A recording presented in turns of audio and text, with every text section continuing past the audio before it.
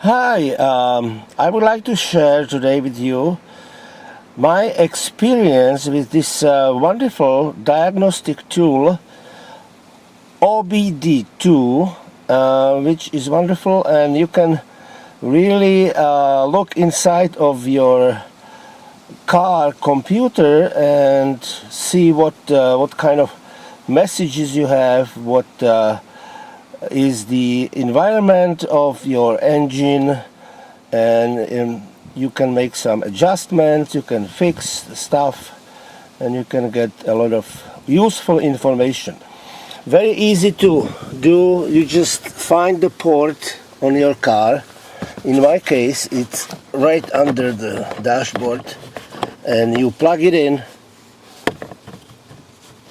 Very easy, just like that. See, you get light, and then you have to download application on your either iPhone, iPad, or you can also use your laptop computer, and through the Bluetooth wireless communication you can connect your application on, in my case, on iPhone with the sensor. And I already did it, so this is the application. It's free, or you can get one professional version, which is a little, like you pay $4. And you start the application, and then this is the main menu. As you can see, the application is now trying to establish communication through Bluetooth with the sensor.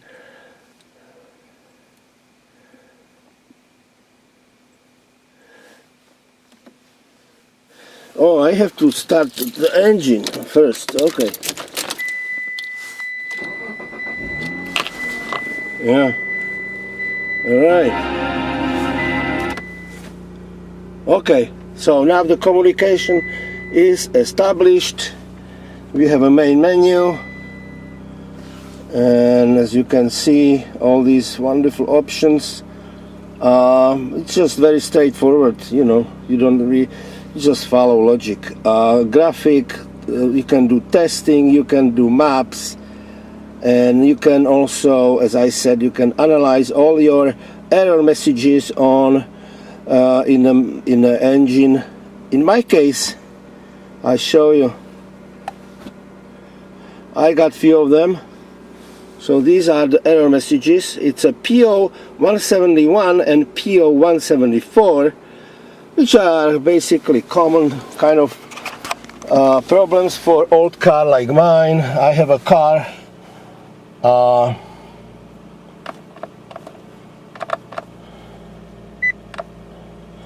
which has already 158,000 miles. It's 9 years old and it's running fine. I love it. It's a Mitsubishi Outlander. So I decided to spend some money to learn a little bit more about these messages, and so the adapter was $15 on Amazon, and as I said, the application was like $4. So it's very inexpensive. So now I know I have the problem. So I try to learn what should I do, and one possible and a very good step is to set up the screen to observe, to watch actually some parameters, some sensors in your car, and to learn, you know, what you can do about this output information. So I set up the screen. You can really set up anything on your screen. This is the other screen you can set up. It's very easy to add certain monitoring tools. This is very useful as well. I don't know if you can see it, but you can really watch all these incredible amount of parameters, probably 50 of them, and you to add to any other sensor to your screen is very easy. You just go to menu, add display. Let me see. Yeah, you can choose, for example, this, and then all of these are parameters or sensors you can add to your screen, all of them, and observe what is going on in your engine. This is, for example, RPM, repetition per minute, which I think I already have. So you choose one. For example, I can choose any. Fuel pressure, I have already this one. Fuel trim, I have already this one. Okay, let me say. Liters per kilometer, small, and that's it. Okay, so, and you just put it here. Yeah, see, that's what you have. Liters per kilometer, because a car is not moving, so it's not showing any data. But that's what you do. And what I was doing, I was actually observing all these parameters which are related to my problem, and very important are these four: short-term fuel trim, long-term fuel trim. This is short-term fuel trim 2 and long-term fuel trim 2. This is the sensor which is observing amount of air being sucked into the engine.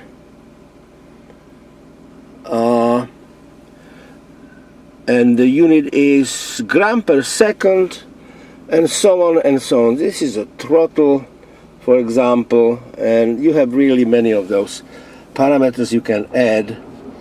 So I was watching these four and watching them in different conditions. Like right now, engine is cold, so they are a little high.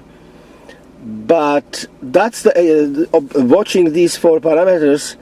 I learned that actually what I have to do is to clean the sensor, which is monitoring amount of air being actually supplied for the engine.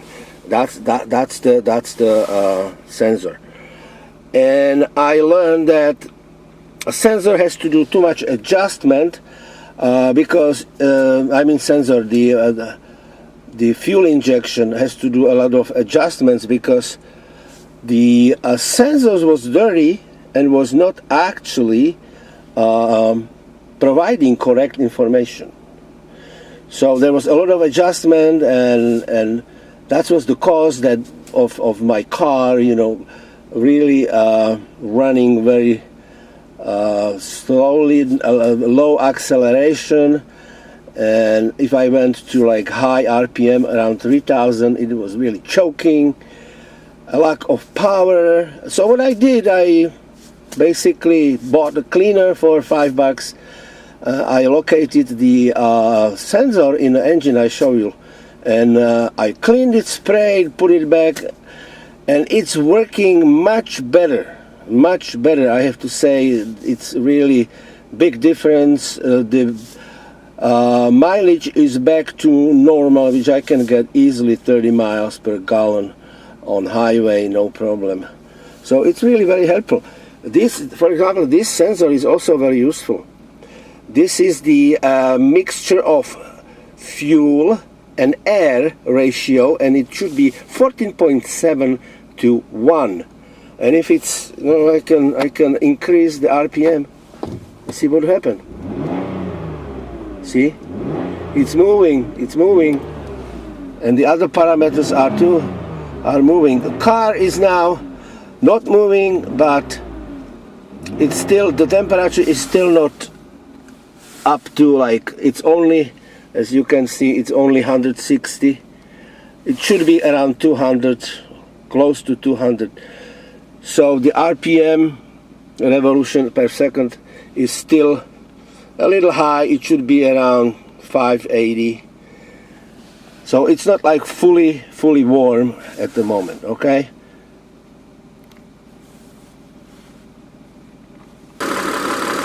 Okay, so this is the vacuum hose diagram under the hood of my car, and if you follow this diagram, you can see all the components of the vacuum system. These are some of them, 1, 2, and different hoses, small,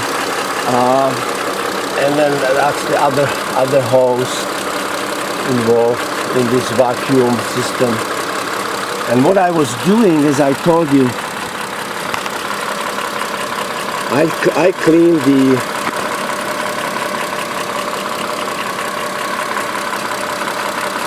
this is it.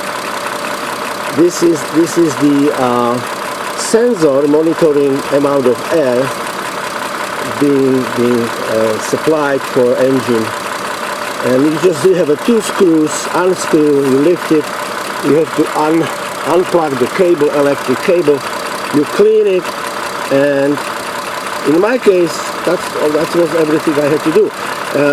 In some cases, you should also do a smoke test, which is the test to locate it in case the vacuum system is leaking. Some of the hoses are cracked or don't seal correctly.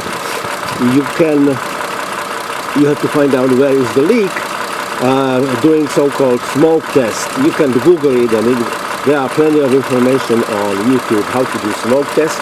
That's the additional test you should do, but so far cleaning just the air monitor worked for me. Okay.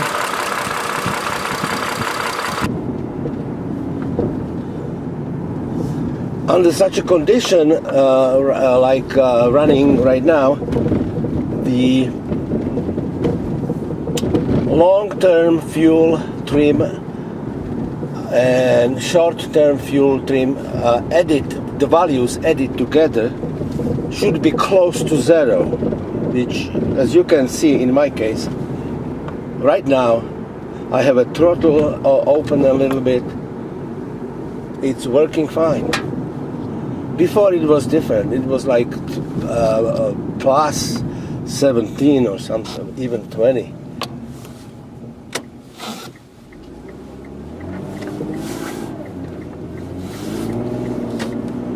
So again, I'm running on the street, as you can see, in a city.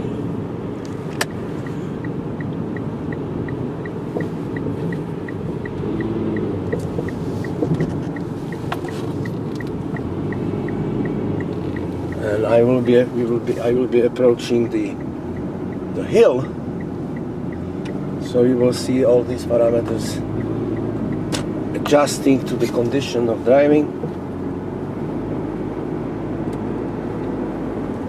What is really interesting is that this right upper monitor, which is monitoring fuel and air ratio, as I said, it should be 14.7 to 1, is really very stable.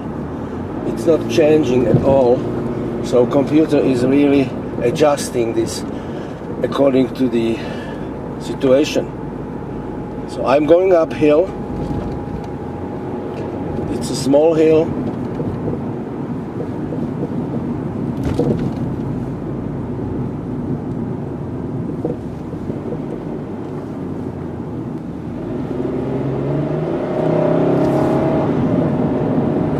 I just increased the speed a little bit.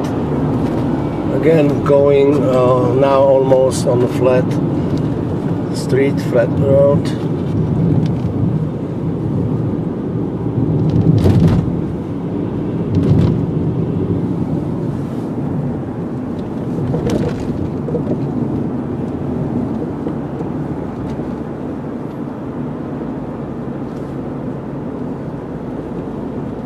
Now I'm going downhill, no gas, and you can see all the parameters of the running engine also adjusted to the condition.